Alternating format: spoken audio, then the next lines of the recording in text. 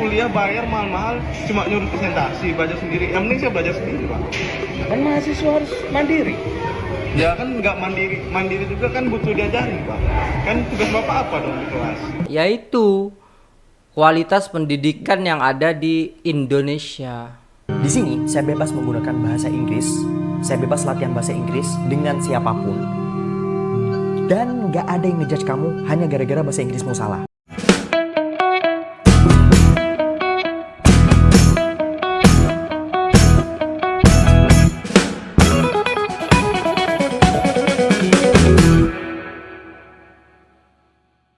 Assalamualaikum warahmatullahi wabarakatuh. Jumpa lagi dengan saya guys, Cak Mujib. Gimana kabar teman-teman semua? Semoga sehat selalu dalam lindungan Allah Subhanahu wa taala, dijauhkan dari segala mara bahaya, malapetaka, bencana dan balak serta berbagai macam penyakit. Amin amin ya rabbal alamin. Oke, kali ini kita akan reaksi sebuah video guys, perbedaan ya yang sangat-sangat jauh berbeda. Universitas Malaysia dan Indonesia. Ini pengakuan orang Indonesia yang kuliah di Malaysia. Ini mengejutkan sekali buat saya.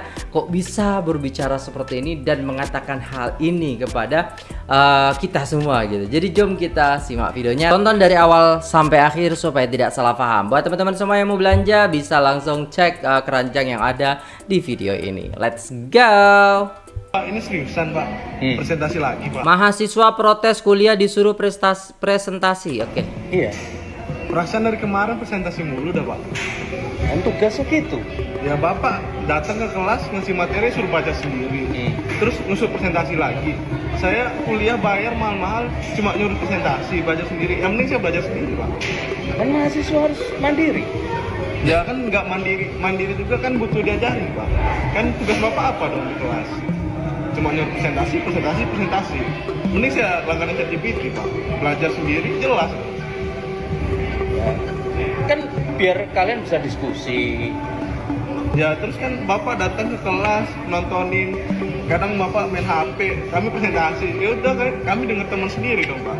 Tapi kan saya masuk kelas kan? Ya masuk, cuma nanti Iya, kadang Mas. Bapak ganti pakai dosen ganti. Agak-agak aneh. Saya tidak kuliah ya.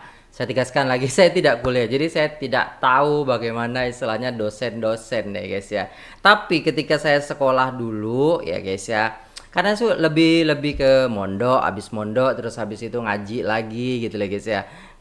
Lebih ke apa sih namanya ya guys ya? Lebih ke apa sih namanya itu? Kalau ini guys ngaji ke guru-guru lah gitu loh guys ya. Saya lebih ke situ, tidak ke universitas lebihnya seperti itu guys ya. Jadi tidak paham. Jadi kalau guru ngajar ya yang benar, guru ngajar itu ya udah kitabnya dibuka, dikaji bareng-bareng, habis itu diskusi. Nah itu yang benar. Tapi kalau dosennya kayak gini, nah masuk ke kelas, ayo silahkan diskusi presentasi, dosennya main HP ya kan kita nggak tahu gimana cara konsep belajarnya, gimana penjelasannya. Kan guru itu menjelaskan gitu. Setahu saya sih begitu. Kalau kayak gini agak aneh gitu lah guys. Karena Bapak nggak masuk. Yang penting kan kita hadir, kelas jalan. Ya kan jatuhnya belajar sendiri. Yang penting itu saya hadir, kelas jalan. Enggak gitu kayak konsep guru itu. Syekh di Mekah ya di Madinah. Ngajar ya ngajar guys, beda emang konsepnya ya. Ternyata di universitas tuh kayak gitu. Tapi nggak tahu kalau di Malaysia ya guys ya. Kita nggak tahu kalau di Malaysia itu bagaimana. Apakah konsepnya itu sama seperti istilahnya kita belajar di pondok ataupun belajar di syekh-syekh ya. Kita juga nggak tahu ya guys ya. Tapi setahu saya ketika saya belajar di sekolah ya, itu ya gurunya ngajar dulu nih. Baru abis itu kita udah nggak ngerti, kita boleh tanya atau kita bisa diskusi setelah itu gitu loh guys ya. Agak aneh nih dosennya. Ini, Pak, dengerin teman. Kami mau berdiskusi, mau bertanya, Bapak ya udah belajar aja sendiri. Tapi kan dapat nilai juga kan? Ya dapat sih Pak, cuma gunanya kami kuliah apa dong Pak, udah bayar gitu. Bapak cuma ngasih nilai, ya saya juga bisa ngasih nilai sendiri gitu. Nilai bagus. Kan seneng kan nilainya bagus? Ya seneng tapi ilmunya tak ada loh Pak. Itu ilmunya nggak ada loh Pak. Yaitu kualitas pendidikan yang ada di Indonesia. Dulu waktu saya sekolah SMA ya guys ya, kan habis dari pondok tuh. Saya di SMA itu ada guru yang memang masuk kelas tulis, udah. Habis itu tulis, buku saya tuh sampai penuh nulis guys, ganti buku 2 kali ya guys ya. Buat nulis itu. Kenapa nggak difotokopi aja ya kan? Nggak boleh difotokopi. Jadi ya udah tulis gitu. Tapi nggak pernah dijelaskan gitu loh guys ya. Tapi ketika ujian ya udah saya kasih nilai bagus. Emang bagus gitu. Tapi ilmu yang kita dapat itu sedikit. Kita hanya belajar dari buku tanpa penjelasan. Like that. Ternyata guys ya beda banget ketika kita diajari oleh guru yang benar-benar paham. Diajari oleh guru-guru yang benar-benar tahu tentang ilmu itu gitu loh. Mereka akan menjelaskan ini loh kayak gini, ini loh kayak gini gitu loh guys ya. Tapi kalau ada guru yang kayak gitu, aduh, alamat kita bakalan nggak tahu apa-apa itu guys. Bener. Kacau, dosen lempar skripsi mahasiswa usai diproses aduh, susah kali loh. Sebuah udah jumlah mahasiswa yang minta tanda tangan kepada dosen.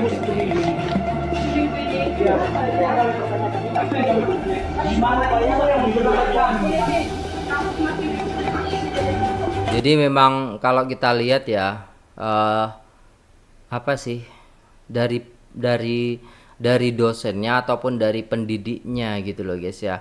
Karakter anak itu kan terbentuk kalau dosennya memang kayak amburadul ya. Maksudnya gini guys, belum siap jadi dosen tapi jadi dosen gitu, mungkin seperti itu. Atau bisa jadi salah dari muridnya, buat skripsinya jelek gitu, atau buat skripsinya salah-salah, itu juga bisa sih. Tapi saya kurang tahu juga karena saya nggak kuliah gitu guys ya. Kalau cerita daripada adik saya yang udah kuliah S2 ding, S2 dia tahu gitu, oh revisi gitu. Tapi ada dosen yang memang kayak gitu lebih teliti gitu, dibaca semua gitu loh. Ada juga dosen yang bagus gitu, tapi ada juga dosen yang katanya apa ya, ya gitu. Ya kayak gitulah, susah ya guys jelasinnya.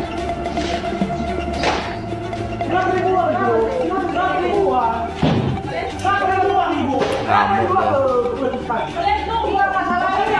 Dosennya masih muda juga.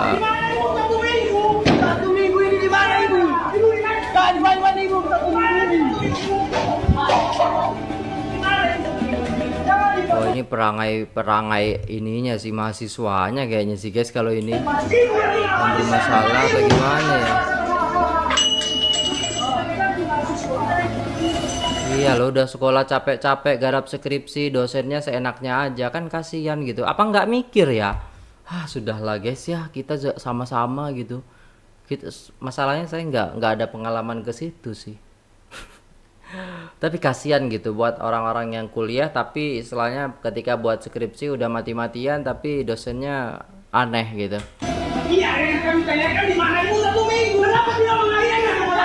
1 tahun di Malaysia, inilah yang saya rasakan sebagai mahasiswa Indonesia. Nah, kayaknya belum ada di Malaysia ngamuk-ngamuk masalah skripsi guys. Karena kalau kita sudah kuliah di luar negeri, punya pengalaman di luar negeri ya kan, otak kita tuh terupgrade gitu loh guys ya. Dan mungkin dosen-dosen harus belajar juga ke luar negeri gitu. Maksudnya belajarnya itu study tour lah, melihat bagaimana pembelajaran di sana, nanya-nanya, punya teman orang luar negeri, bagaimana dosen di sana. Jadi lebih kita lebih terbuka wawasannya gitu loh guys ya. Disclaimer, Ini di Malaysia. semua subjektif berdasarkan pengalaman pribadi sahaja. Yang pertama, privilege sebagai student, sebagai penuntut ilmu sangatlah tinggi sekali di sini. Penuntut ilmu sangatlah dihargai. Saya punya beberapa pengalaman. Di antaranya yang pertama, saya pernah naik Grab beberapa kali, bukan 1 kali. Ketika drivernya itu bertanya kepada saya, dari mana? Saya bilang dari Indonesia. Kemudian mereka bertanya, buat apa? Dengan wajah yang biasa-biasa saja. Kemudian ketika saya menjawab, saya adalah seorang student. Mereka begitu excited. Student, duduk dekat mana? Hana.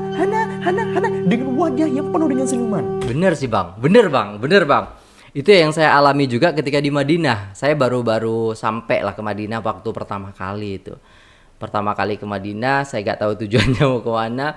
Duduk aja di Masjid Nabawi gitu kan. Pernah saya ceritakan kayaknya sama teman-teman ya. Pernah saya ceritakan dulu ya kan. Jadi waktu itu saya duduk aja ngaji ya kan, sambil murojaah ayat suci Al-Qur'an gitu. Tiba-tiba ada orang datang, "Assalamualaikum." "Waalaikumsalam." Di pada mana?" dicakap.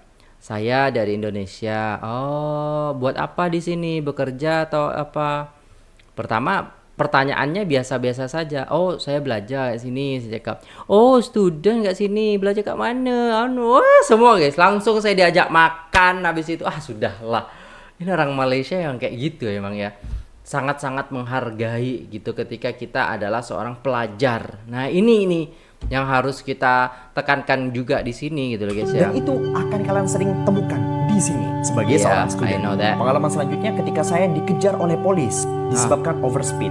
My fault, tak boleh ditiru. I'm so sorry guys. Gila. Waktu itu saya drive dari KL menuju Johor dalam perjalanan sekitar 3-4 jam. Dan disebabkan oleh overspeed, polis kejar saya. Saya tak notice sehingga saya jalan terus. Ketika saya notice, saya minggir dan polisi itu datang dengan wajah yang begitu garangnya luar biasa. Oh. Paspor. Langsung minta paspor, tak tanya license, dan langsung tahu saya bukan orang Malaysia. I don't know why. Saya pun cakap, saya tak bawa paspor, saya student, saya hanya bawa Ninja. Bisa dibilang, saya gak perlu bawa paspor kemana-mana, saya cukup bawa ini. mahasiswa lah. Ini dari immigration. Dan ketika polis itu ambil card ini lalu baca, lalu tahu saya student, polis itu langsung berubah. Dari yang begitu garang, langsung berubah macam Hello Kitty. Baik sangat. Masya Oh, Allah. student mana? UAE, duduk kat mana? Berapa lama? Tanya semua. Langsung jadi bijak sangat, jadi Benar happy sih. sangat. Dari yang awalnya paspor, langsung hai. Saya yang awalnya duk, itu langsung berubah jadi ya. Iya betul, saya juga mengalami itu.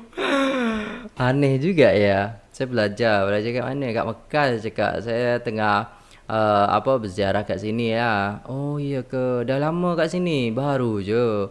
"Pakcik," saya cakap, jom-jomlah kita makan." Ditraktir makan guys, langsung dibelanja makan guys. Aneh enggak tuh orang Malaysia? Aneh banget gitu loh guys, kebiasaan aneh gitu. Jadi kalau saya tak tahu pakcik itu, saya juga gak kenal pakcik itu. Tiba-tiba pakcik itu mengajak saya untuk berkenalan awalnya, terus ajak makan. Gak tahu guys, pakcik itu sekarang masih hidup atau sudah meninggal. Tapi waktu itu memang seumur masih 50 tahun lah, 50 tahunan lah.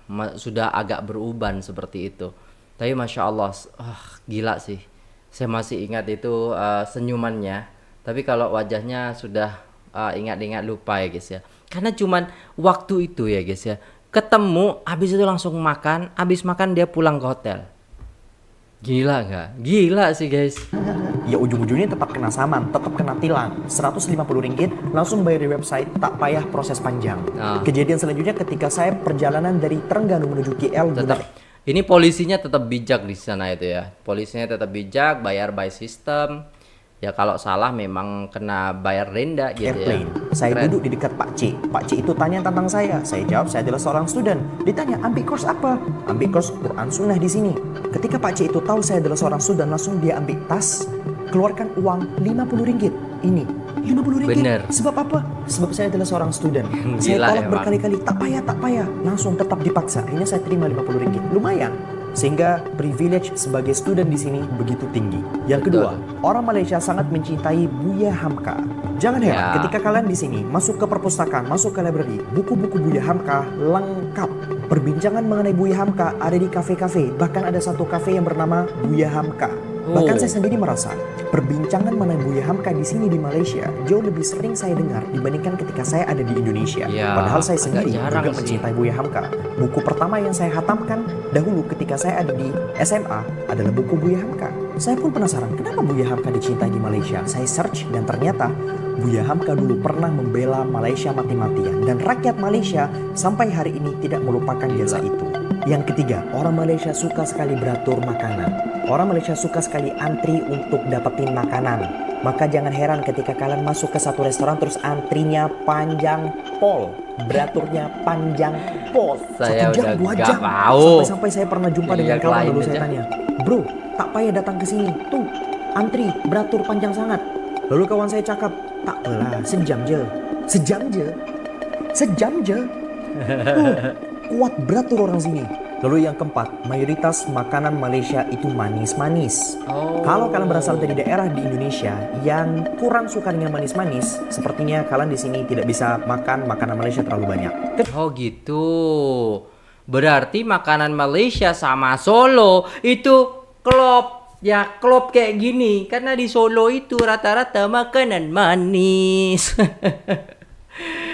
Klop ternyata guys. Kecuali kalian berasal dari daerah Masuk Indonesia lah. seperti Jogja mungkin yang suka manis dengan Ya, nasi Jogja gudegnya sama dan banyak hal Solo sepertinya kalian juga cocok di suka sini. manis, Untungnya di sini masih banyak makanan kayak ayam gepuk atau restoran-restoran Indonesia juga banyak di sini. Ya, So please itu buat teman-teman Malaysia, terselamatkan bagi lah. saya satu menu makanan khas Malaysia yang pedas. Please, saya penasaran seperti apa pedasnya Malaysia.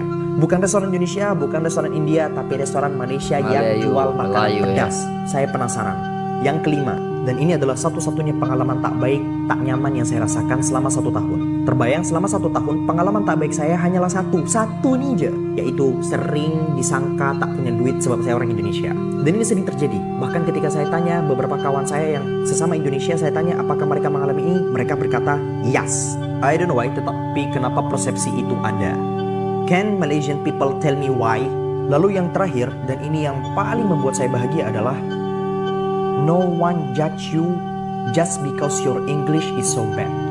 Di sini saya bebas menggunakan bahasa Inggris, saya bebas latihan bahasa Inggris dengan siapapun, dan gak ada yang ngejudge kamu hanya gara-gara bahasa Inggrismu salah. Mereka langsung kayak paham gitu loh. Yang penting paham. Berbeda dengan pengalaman saya sebelumnya, saya pernah beberapa kali menggunakan bahasa Inggris di live, saya menggunakan bahasa Inggris sebagai latihan saya. Ya Allah, dikata-katain mulu dah. Polis-polis grammar itu datang kemudian ingin menerkam saya sehingga saya jadi nggak pede gitu untuk menggunakan bahasa Inggris di Indonesia. Tapi di sini, padahal yang bisa menggunakan bahasa Inggris itu lebih banyak. Tapi walaupun saya salah, itu gak ada yang ngejudge. Makanya saya bebas menggunakan bahasa Inggris di sini sebagai bahan latihan saya. So, overall, Bener banget. nilai saya selama tinggal 1 tahun di Malaysia 9/10. Alhamdulillah. Semoga Allah senantiasa mempersaudarakan rakyat Indonesia dan rakyat Malaysia. FYI, perdebatan Indonesia versus Malaysia itu hanya ada di sosial media. Di real Yap, life, betul. tak ada. Betul. Tak ada. Itu tak ada. Tak ada. Tak ada, tak Saya tak ada. pernah merasakan itu. Alhamdulillah. This is why. Saya tak tahu nak cakap apa lagi. Assalamualaikum. Do you want to take your bottle? Jadi begitulah guys ya. Jadi pengalaman demi pengalaman tuh banyak kita rasakan. Saya juga pernah mengalami hal itu gitu kan. Ya katanya orang Malaysia tuh benci banget sama orang Indonesia katanya. Ya kan? Maksudnya kalau kita dibilangnya itu apa namanya itu dari kampung tertentu atau wilayah tertentu, mereka akan benci gitu dengan kita. Tapi ketika istilahnya kita berjumpa dengan orang Malaysia sendiri, enggak tuh guys ya, biasa aja, mereka welcome sama kita gitu loh.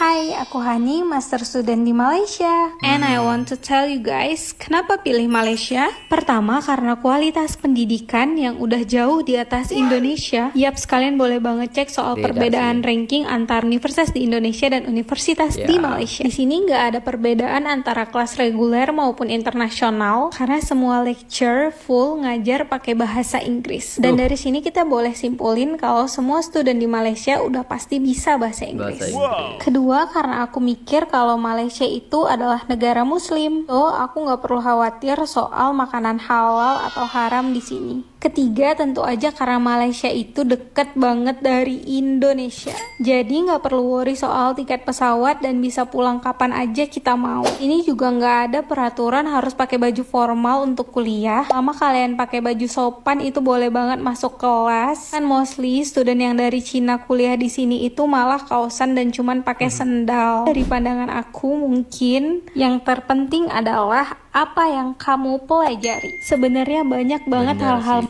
Apa yang kita pelajari itu paling penting. Iya, ngapain liatin kamu penampilannya kayak gini kayak gitu kan. Yang penting sopan, rapi gitu kan. Ya ini guys bedanya.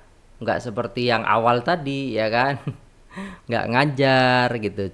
Anak-anak suruh cuman ya presentasi, diskusi, nulis dan lain sebagainya. Ini benar-benar diajarin menarik gitu. Itu dari penting Malaysia, gitu loh. apalagi kalau Tapi kamu nggak jadi semua student dosen di sini. gitu. Tapi mungkin Cuma ada aku akan sharing di beberapa video lah lainnya. gitu. Kali ini segitu dulu buat videonya. See you in next video. Bye bye. Bye. My question is, what is one thing that surprised you when you first moved to Malaysia? People here are super If you've never been to Malaysia, there are definitely a few things that might surprise you, not necessarily in a bad way. We're here at Taylor's University, and we're asking international students what is one thing that really surprised them about living in Malaysia as a student. Definitely the food. I didn't expect it to be this good. Oh, really? Yeah, and the weather is really humid, so Yeah. Was that a good thing or a bad thing? I don't know, it's kind of bad because it's really hot, but everywhere has AC, so sometimes you don't really feel it. Honestly, the people, they're really kind. That was surprising. Yeah, because you know, when you black and in a predominantly Asian country, you don't really expect.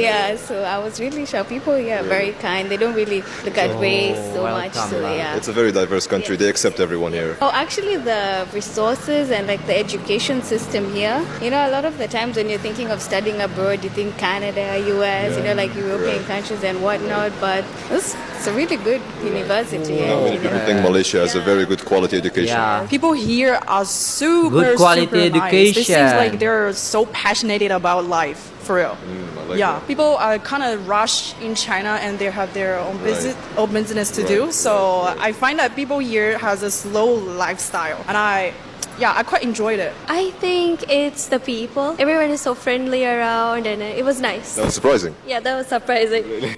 Wow. Udah 1 bulan aku tinggal di Malaysia sebagai pelajar master di USM, dan jujur banyak banget hal yang bikin aku kaget sekaligus kagum. Pertama, penerapan Islam di sini kuat banget. Masjidnya hidup, atmosfernya bener-bener bikin hati adem. Kedua, orang Malaysia tuh disiplin waktu. Janji jam 8, ya jam 8. Jam Kelas 8. tepat waktu, meeting tepat waktu. Walaupun aku masih ikutan terlambat, Dan yang bikin nyaman tuh mereka tuh ramah-ramah. Banyak senyum, banyak sapa, sering bantu, dan semuanya terasa natural. Dan yang paling kelihatan lingkungannya bersih banget. Jalan, kampus, bahkan tempat umum rapi, tertata. Ini adalah salah satu faktor yang bikin aku betah di Malaysia. Pokoknya 1 bulan di Malaysia tuh bukan cuma adaptasi, tapi juga upgrade diri.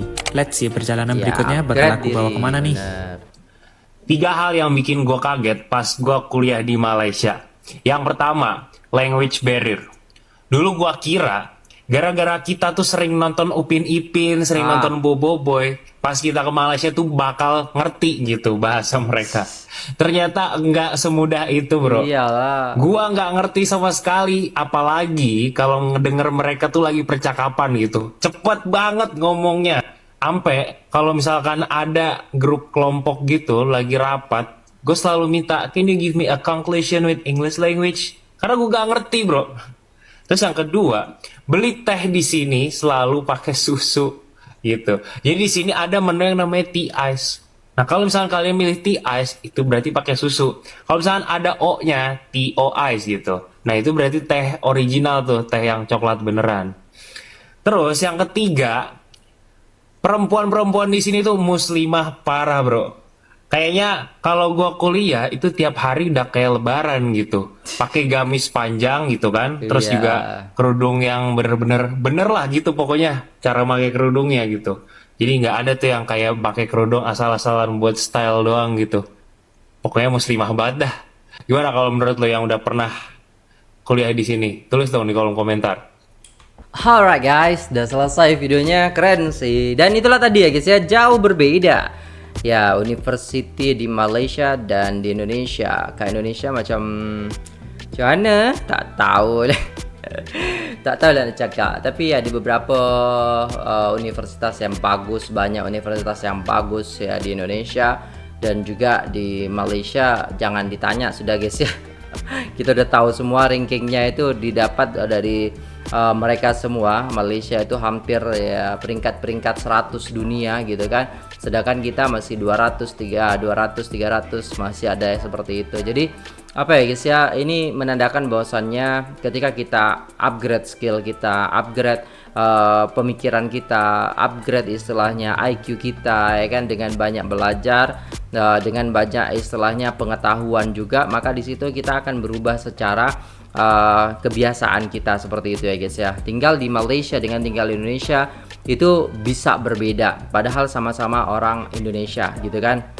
Jadi kamu lahir di Indonesia dan saya lahir di Indonesia. Kamu lahir di Malaysia, aku lahir di Indonesia.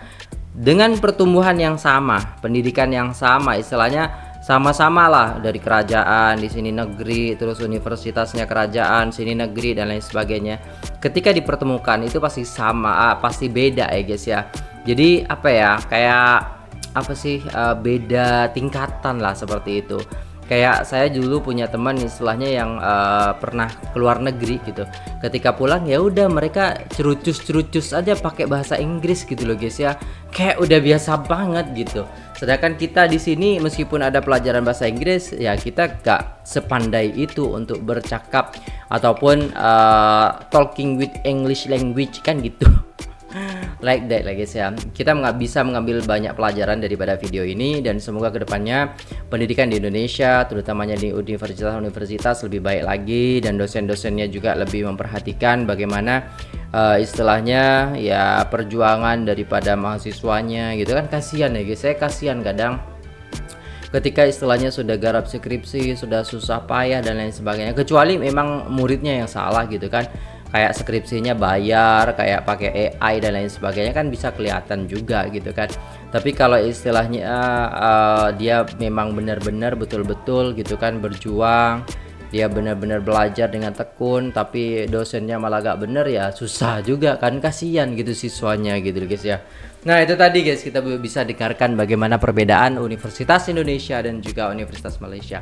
Terima kasih sudah tengok video ini sampai selesai. Jangan lupa like, share, komen, subscribe kepada RJ Story guys, karena video tadi berasal dari RJ Story. Jadi terima kasih, sampai jumpa di video selanjutnya. Wassalamualaikum warahmatullahi wabarakatuh.